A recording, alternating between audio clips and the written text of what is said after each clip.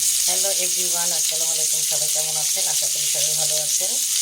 আমিও ভালো আছি। আজকে চলে আসলাম একটা নতুন ভর্তার রেসিপি নিয়ে। নতুন বলতে কি, যে আমরা তো মামা যে ইলিশ মাছের লেজের ভর্তা খাই, আজকে আমি বাসায় ইলিশ মাছের লেজের ভর্তা বানিয়ে দেখাবো যে মামার থেকে অনেক মজাদার হয় যদি বানানোটা ঠিক মতো হয়।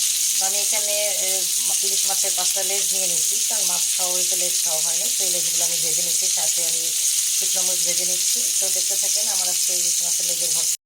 এই তো আমি ইলিশ মাছগুলো কাটা ছাড়িয়ে নিয়েছি সুন্দর করে বেছে। তারপর এখানে আমি শুকনো মরিচ ভেজে গুঁড়া করে রেখেছি, ধনিয়া পাতা, কাঁচামরিচ। দেখেন আমি এখন ইলিশ মাছের ভর্তা বানাই, সেই মামার ভর্তা। আমি একটু লবণ দিয়ে ভালো করে আবার চটকিয়ে নিচ্ছি। এখানে ধনিয়া পাতা দিয়ে দিব, একসাথে চটকাবো।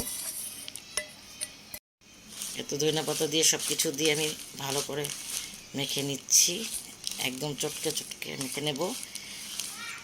দিয়ে দেবো সরিষার তেল। আমি সরিষার তেল দিয়ে দিচ্ছি।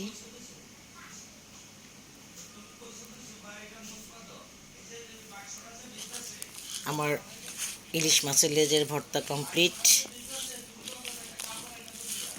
আপনাদের কাছে আমার ভর্তার রেসিপি কেমন লাগলো অবশ্যই কমেন্টসে জানাবেন।